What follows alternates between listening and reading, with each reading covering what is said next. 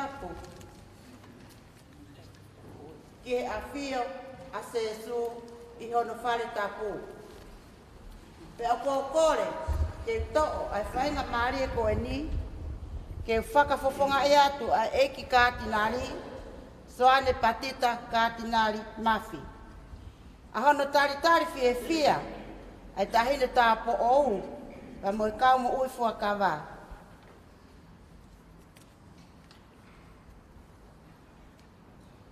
Kai uma a, ai ka inga o whakawhanua.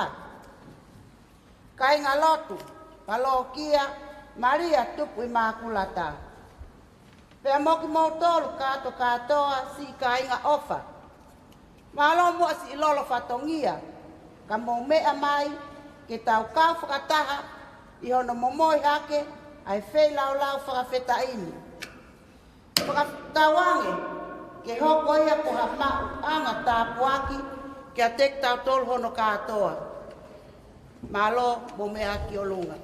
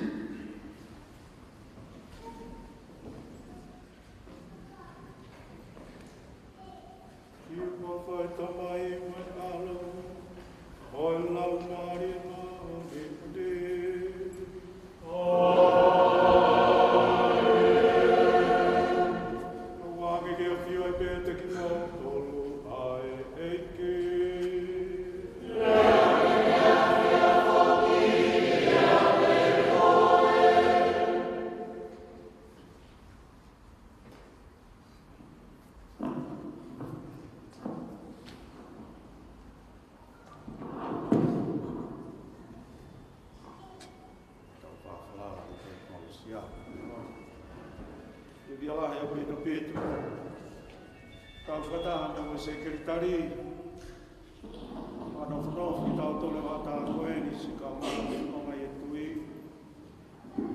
ka tonga eukarisia te pira eiki, ka koeni. O mai ai si hasi, ai pot fola, tau whai ka tonga ai. Moui honga ia, moui whawheta, moui whamalo. Gratitude, gratefulness, Yai pe tau kawenga, tau whanua, whamalo no whatonu he uho e tonga, tau matai koloa ia, whamalo i. Kutui o kuhole rei pe ia pe koe, o ngā ia makea ki ka inga lotu. Alo kia whakaipiko po i tonga, ta ia no tua ko ri ko vaka mai ane o ko ia i fonga ke ke pe faia ri o faia e tu mo ui mo foaki ri ano te mi pare pare lotu Maria tu kui ma ku la ta a po mai ko to pe kon ke ta no mo fo ta fonga ia mo fa ta ia ai o fa ta o vinga ia eukarisia ta fa ta o ia mana ke tau huki ane te pire, lau maari o e hunga ia. O to mua tari koe anga hala pe ki tau tolu, pe tau korea mesi, pato malau moni, pe tau moni tau kāu ke misteri o i misa. Ke te ki o tō mafi mafi. Kāinga, o hala koe o tō, au tō, ngāre,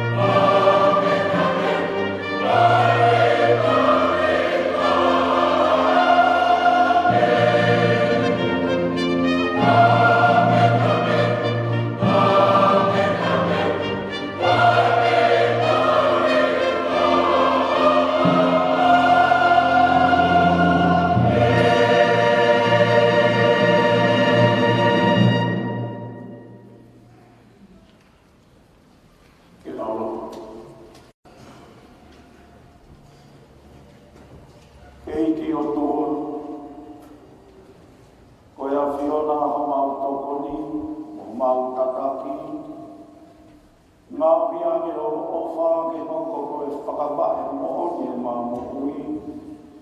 E whakatau wange ke mau lawa whakahaha e mau ofa ke te koe. E loto honu, e aki a mau loto mo ui, e whaihanga au e upule nei, o mau kaunga whakama. Mau kore me o whangai a se Jesu Christo, me a pio mo pue, taha po koe me la mari mahu ni, o tua i be taha, tae ngata, tae ngata.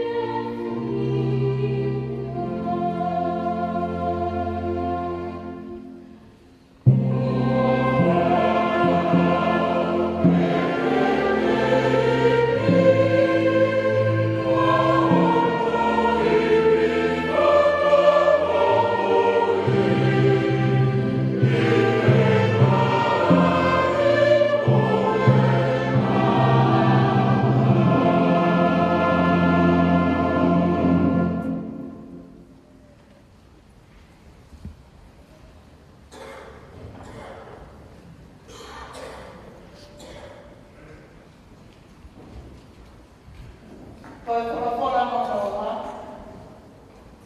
Koe whakawhora o to oia me toi o noa a Paula ke Timote.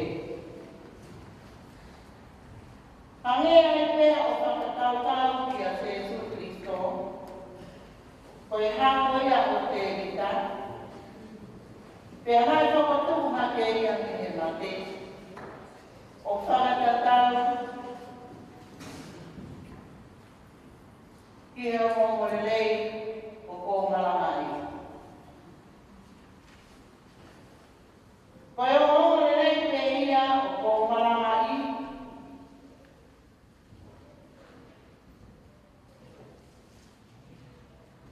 O kua whainata i ai ko eni. Pea o kuha i ai mo kunima. Mo hoku wae. O hange ku matana whaihia. Ka oku i kai whoki ke hai pea hai ai ai o mōrerei ia. Pea o kua kātaki i ai e na mahi kotoa pe. Hei hiro e whakamohui ai ai ka tai kotoa o whiri e otua. E wāki mana tōru ma langarani ia ka e mata, koe hui ko e nau tau o Kristo Jesu. O kumooni e lau, ka pāku o tau ngā mate o Kristo, pea te tau ngā mohui pē moia.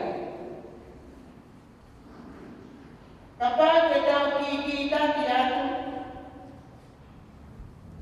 pea te tau ngā hau moia. Ka pāu te tau whakawhisinga ia, pea tēne whakawhisinga i lewa ki tātou. Te tau ala whaihara ki tātou, ka e i tai whaihara ia. He o ki tai pē ke nama, ke te whakawhisinga e ia ia.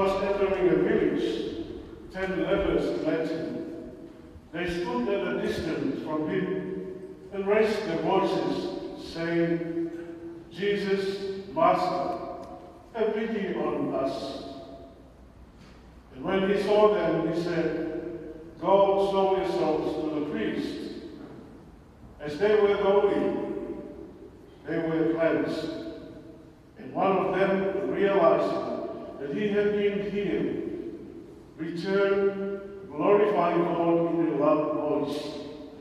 And he fell at the feet of Jesus and thanked him. He was a Samaritan. Jesus said in reply, 10 were cleansed. Where they not? Where are the other 9? Has none but this foreigner returned to give thanks to God? And he said to him, stand up and go.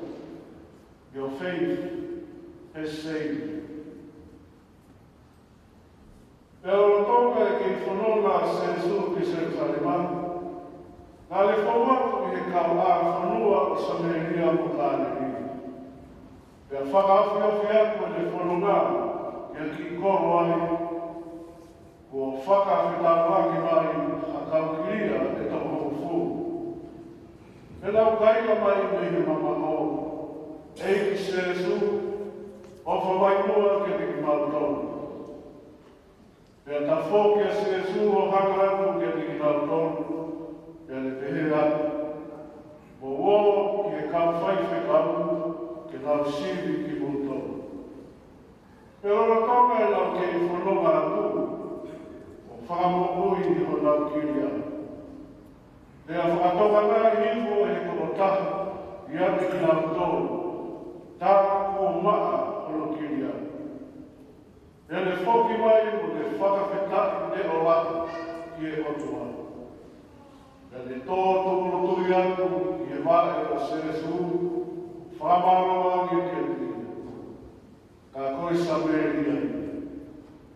E whihui ake Seresu ki ai, i kai koa, koe toko homofu, na e whakamoi. Ko whē toko hiwa ai.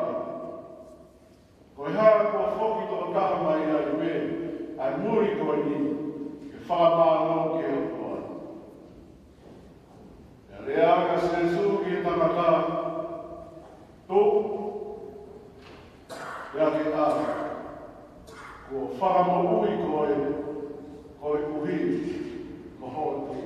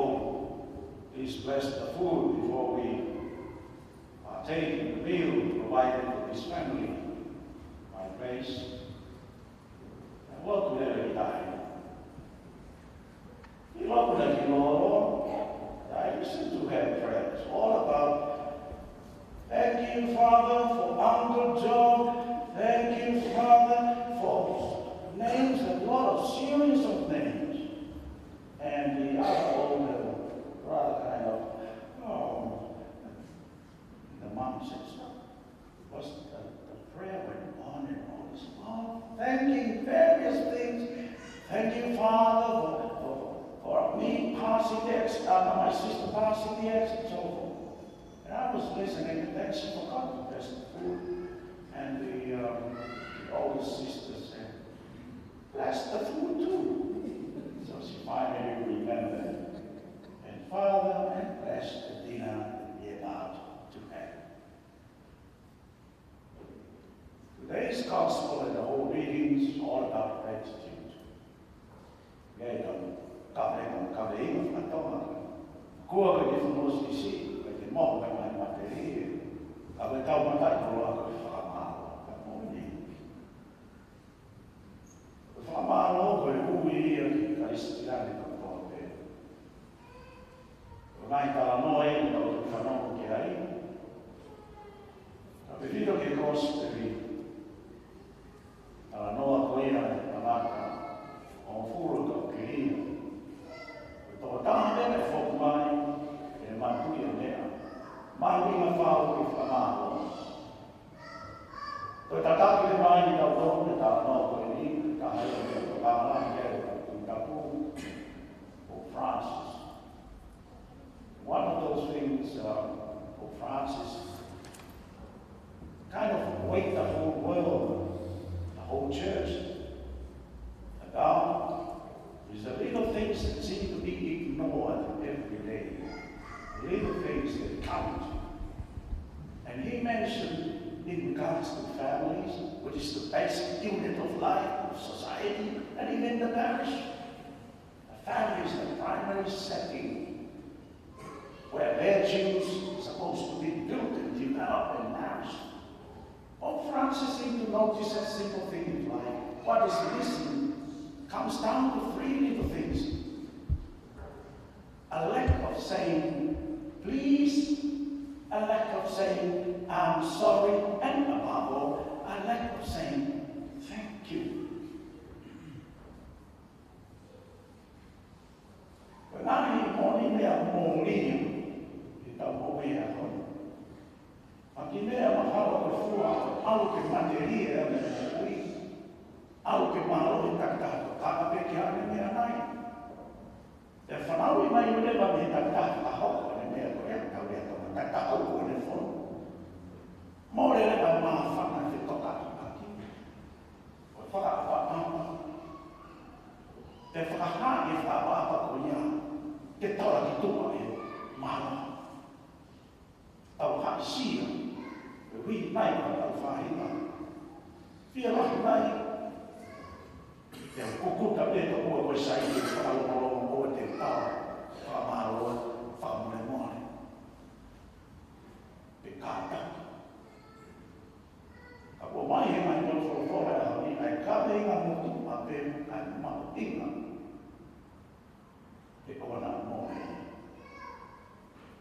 Pau ui ki tātou pe kau ngā whanonga, kau ngā pirikini, kau ngā karistiani, koe whaamiri, e mahu e mai a te whatu ki tuka no talaki. A mahaloa. Ka taki whane more mea. Mangi whakahoko e whakotunga ki tua o mahu. E tau kosperi. Hamena hoko ke toko hiwa, tau siu kaiene kau kia se su ana ka siu o samare ta ne ka pelo to pe kia ka ta no ko si u isa ni ana ta samare ta ne pe ta ta muri o ia pena si ofa e to ko te fili ana ya o mai se su te ta no e ka ha o mai e fa mama o kui ta o malo i a ofa fai mai ke tau. Naka honga i ai ko tonu ke koe a koe.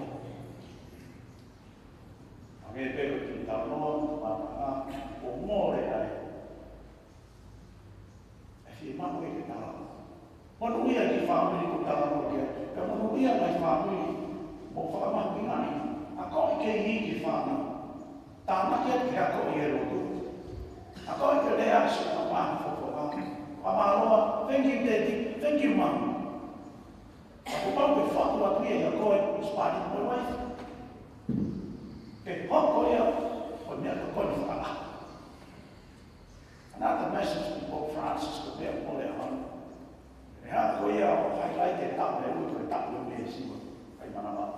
He kind of sense is also missing in our world a sense of tenderness, of being mercy to others. So he declared that year of mercy. Once again, he renewed all of us on that. For more than one fun koe o. Te mana meri koe a koe ka ape tau te moa, taki koe ta mai ni whae. Pepe ni malokia, taki whae whekau. O kua koe a honi ka whiwhiri koe hanu, anga e tau toko tupi. Why they are leaving? They seem to be attracted to other things or other atmosphere groups. Somehow it all comes down lack of warmth in the parish, lack of love, tenderness, kindness. And we have to start it primarily at home.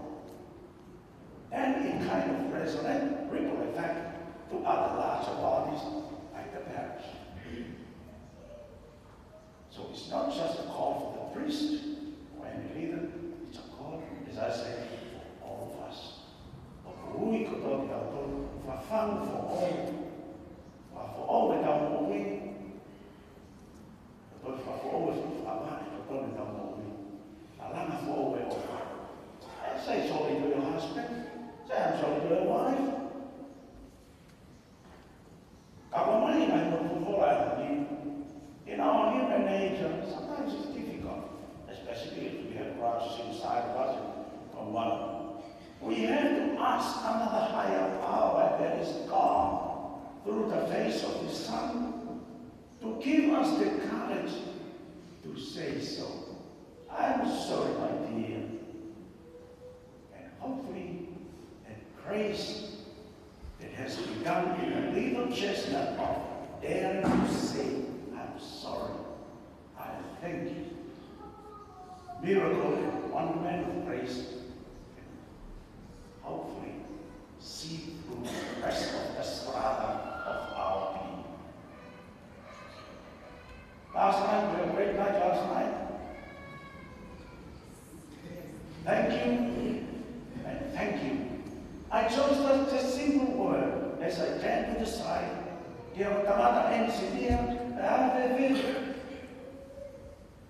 And I want to cathedral. Therefore, how many times I recall and say for more, thank you, thank you. I still can't figure out how did you come to know Christopher? I think Christopher and his other colleague, whom they all ended up in Doma. As you left them there, next week they climb all over the place in the cathedral and discovered a lot of things to do. And the rest is history as we celebrated it last night. And my key word was that, thank you, thank you, thank you. As a theme, you know. That was my only treasure. To say thank you. And we celebrated it last night. Apa dia bilang, ya film, mau saya bilang, kalau saya dimaaf, thank you. You guys have been enough last night. Anyway, we all call, keep the effect of morale, far, I took a war, got fun with our mind, machine. Ke fai pe tapa pe te mai pe ko to mai ka kai ka ton e tau yo ha maria a lo to ma ka ko mo fo ke fai ko pe ko le ta lo to fai e ta ti ma le ko fai pa mi sa to pe ka ka ke es a real essential meaning of mass is Eucharistia. It's a Greek word meaning thank you, Lord. It's a thanksgiving. And we express that thanksgiving and gratitude to God, who is ultimately the source of blessing and goodness. Often we overlook it, cannot notice. So therefore, as we come to Eucharistia, the table of thanksgiving, where we praise the Lord, In many ways, we praise his name. We rarely hear it normally. This beautiful sound of the drum and the trumpet, I didn't expect it. I'm surprised it's another blessing. I knew it was already for more. So I still remember as we prepared the great Wellmouth Day, the archdiocese of the city, the whole church in Australia hosted 2008. And our 700 pilgrims youth from Tonga all came to Australia. We were invited one time to the Paris to preach. And for our friend there was that one. And I looked at the site, it's like a mini orchestra. First time for me to see this improvising of this sound in a orchestra. That is the one. Oh, so beautiful, so moving. Okay, this morning. All because we give the highest glory to God, who is full of abundance and blessed us. And what else for us, his children, his church, sinful as we are, to come and surround his table of thanksgiving. To thank God for so many things in our life. The story of the gospel, the 10 lepers were lucky because they received their healing directly from Jesus himself. But in our ordinary life, every day, it's our hope and our prayer that our eyes and hearts be constantly open because God still showers us with blessings. I just came back from Moresby. Our Caritas International's our regional meeting was held in this grand hotel that the Papua New Guinea hosted for OPEC meeting not long ago. It's just next to the beach. Beautiful. The idea was, we were looking at it, I thought to myself, so often, we never look at seeing even the beauty of the natural beauty of the Pacific Islands. This is also the manifestation of God's love, gift, creation. Unfortunately, this is the whole purpose of our meeting, to join other stakeholders, NGOs, particularly in the region of Oceania, where climate change is an impact, ruining the beautiful simplicity and natural beauty of the environment. God's creation, gift to them will come. Because of pride, selfishness, and greediness of humanity, we ruin the beauty of God's creation. If I follow the Lord, if nothing is thy home, I shall keep Taparasin. Tawa, Taparasin with my daughter. On a wing, I am. But can't pay the oil with fun with my cadena. To say sorry to God. But humanity turned away, turned a blind eye. E quando è fatto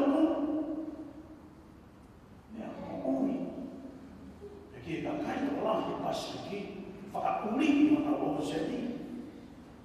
Ma non ho quando ho con lui, a me ha dato la nuova perché ha dato con lui.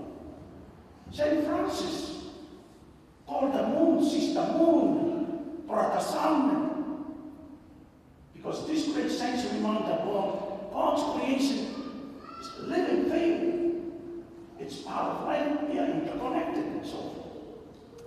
So we are called even to say sorry to God for us being careless, selfish.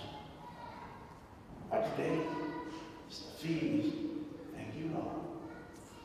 Thank you for the gift of life. There was this great, I'm coming towards the end, this great theologian, the 14th century, German, Meister Eckhart. He had a famous line that says, if you only said one prayer in your entire life, thank you would be sufficient. Kapau ko afo i roto pe e tama ke me whai o hongui. Me whakamara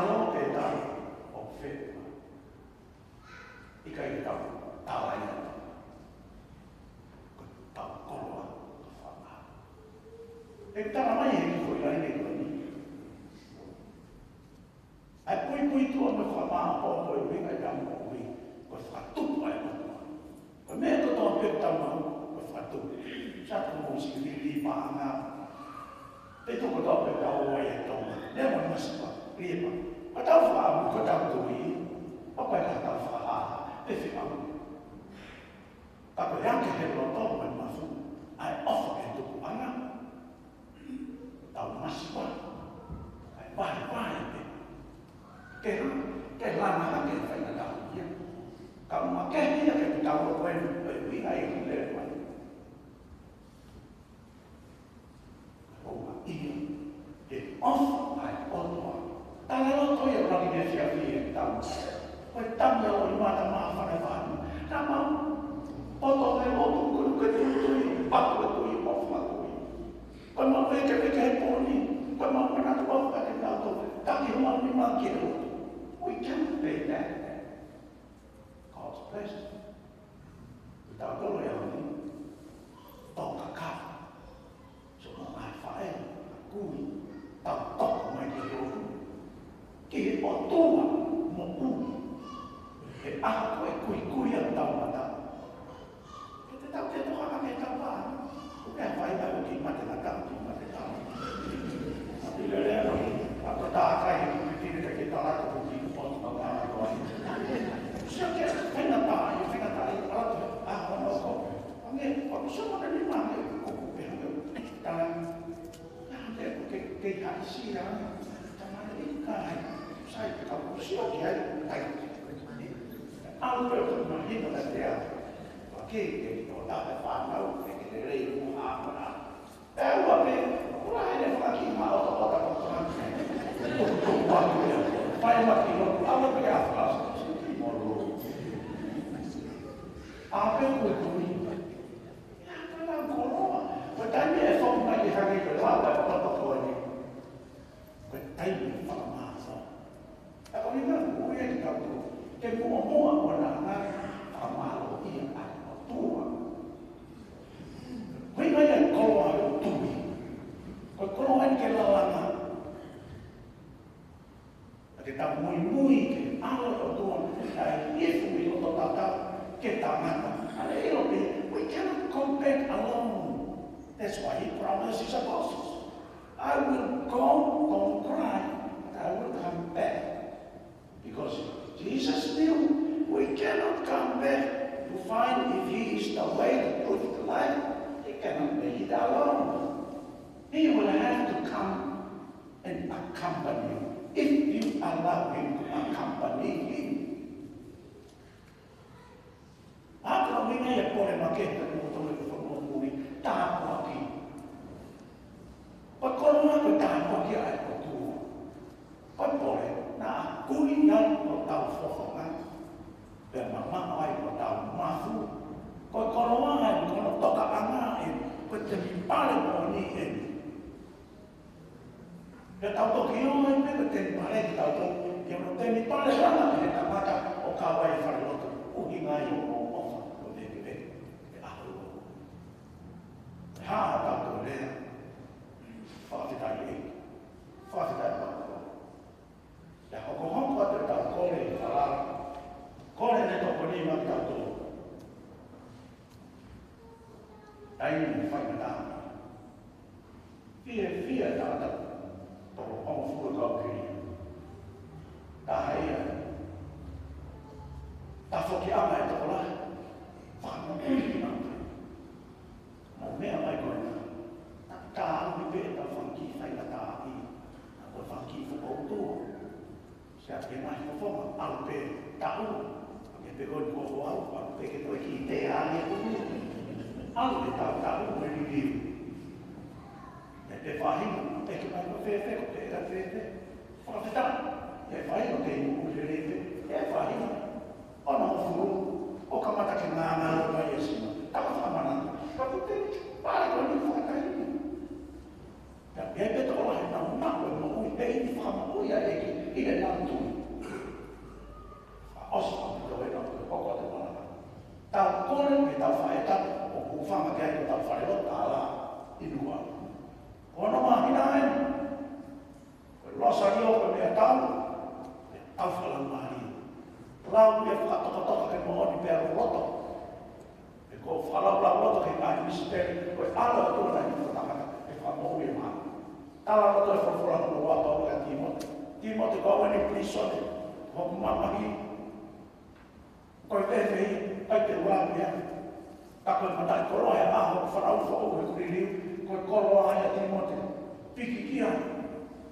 E kui au ke fua e koros mamaki ahi. Te ia e whakakai koroa. Ke nau ilo ai pare o whakakohi. E alo e kona hifu mamaki. E kia te kore. That's what we are celebrating. You have to believe it.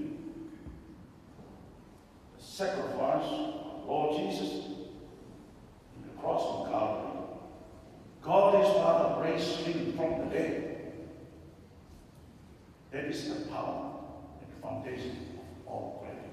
We give praise to God through instruments, through singing, through our lives. How can we measure the great reward? Only beginning here on earth, we see heaven when we are filled with gratitude and we journey along to its fullness in heaven. May the word of God continue to bless us.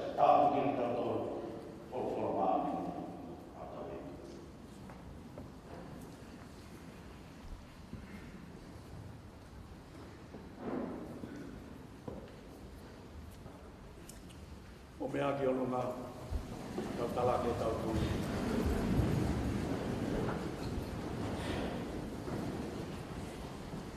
Tau te eke o tua, mai maafi, āna ki wate koe nani, āmani, o tui koe a Jesu Kristo, āki e rā, tau e ki, āna ki na wata e ngā o e a māni māni, alo e ngā o māni, āna mama e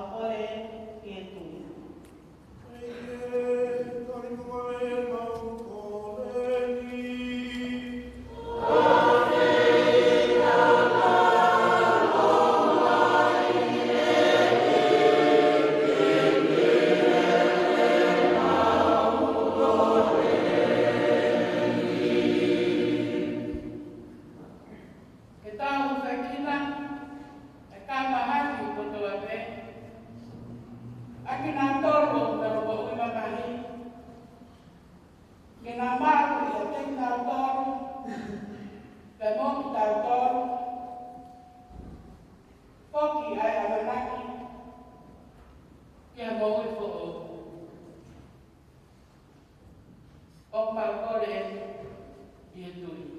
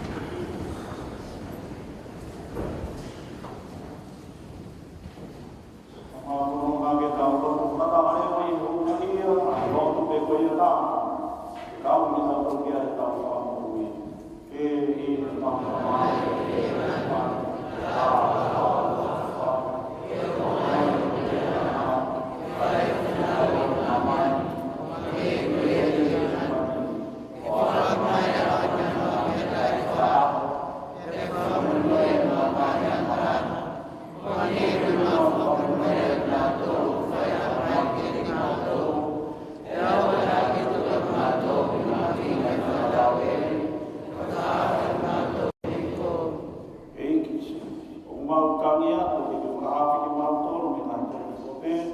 Hawhi tau maro ki toka umeri no toro tōna mahi a hope tūngai tu kore māma wha. Tau aki ki mautoro tawa tā ina me a haram ki whaina tā ia kope. Ka mautoro tari whaki a kai haari mai no whamo ui o Jesu Christo.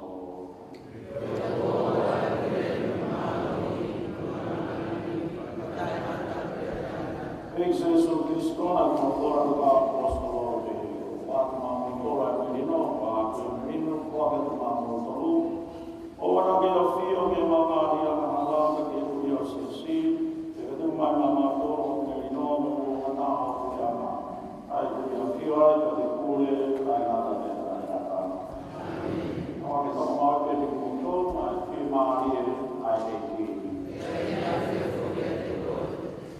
La reina da fuoco che hanno nuovo venito Cristo. Oh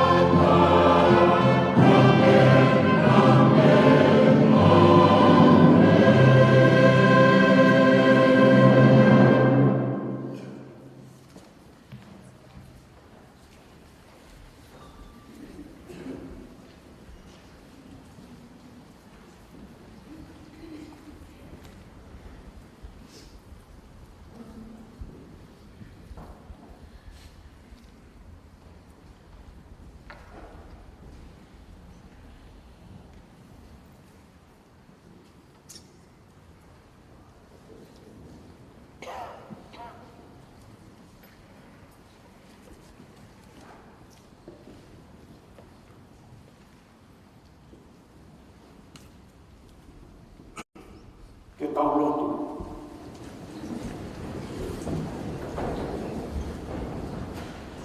E tamai, mawhiwa, tawange ke hana e sino mai tāta alo. Whakaina si ki mauto, e nei moui, ke mau whonu e honga ia, i tae whakatataua a o whai ki mauto. Ma tāpua ki ke whai ki ha tangata. Mahi mga moui whakakoi tui tui. Kune kei peiki pia ta ngata, pia ta ngata.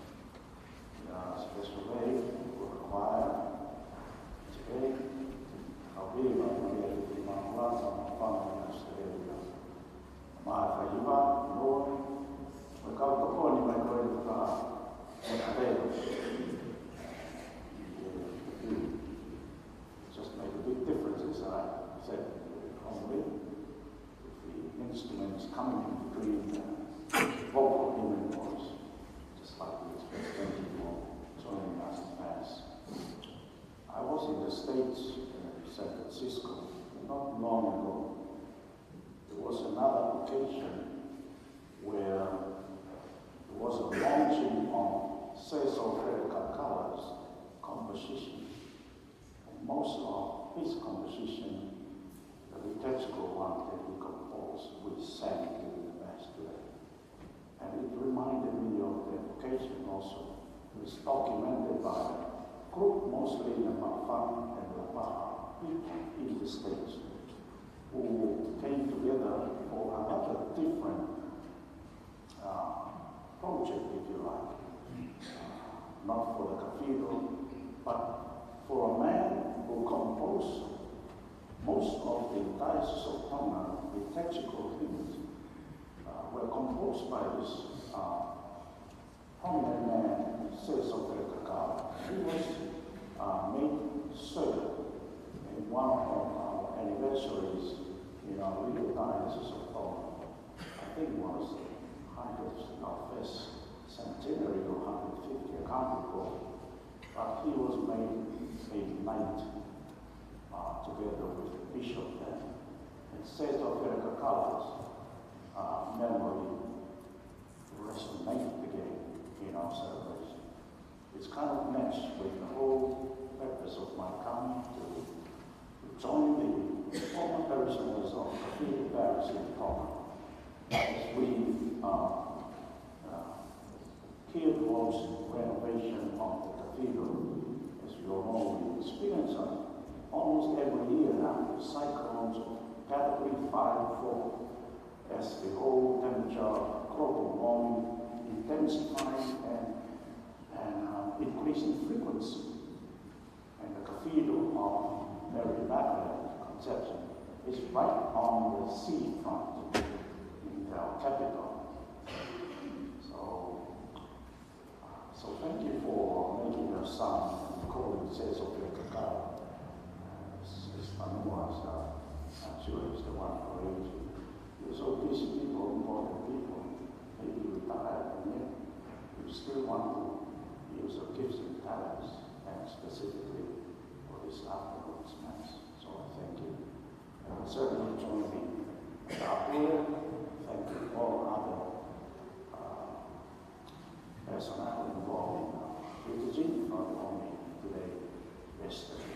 Yafi, Ahimwa, Amalahi, how you know about only God, Lord, and if they feel it, home here, and Father, for you for the Marone, Namuat, the Modo, all what you have to do, but really, even our lives, they are good.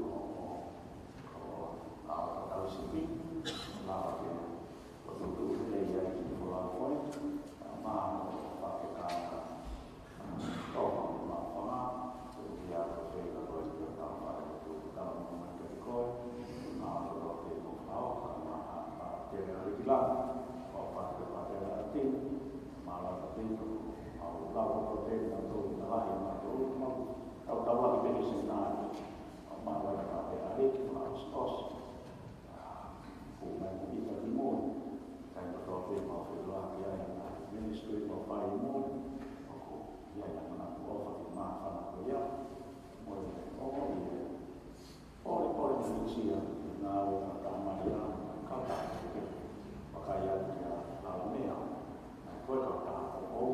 you're all proud of you every time you go overseas and being introduced with religious from various congregations, all from Tonga, all the way from Tonga, mission outside Tonga. You know, I'm sure the former bishops all felt proud, and I myself still. So thank you all for praying for one another as we continue to be faithful and loyal to whatever God's called for us. That's all we do. Faithful to us. God the Father has given us His Son. Time goes from there. It is our great hope and gratitude. One day we will all be there. So all of us, thank you all. Let's stand now for our final blessing. Just before the final blessing, we'll sing the Salve Regina in honor of our Mother Mary.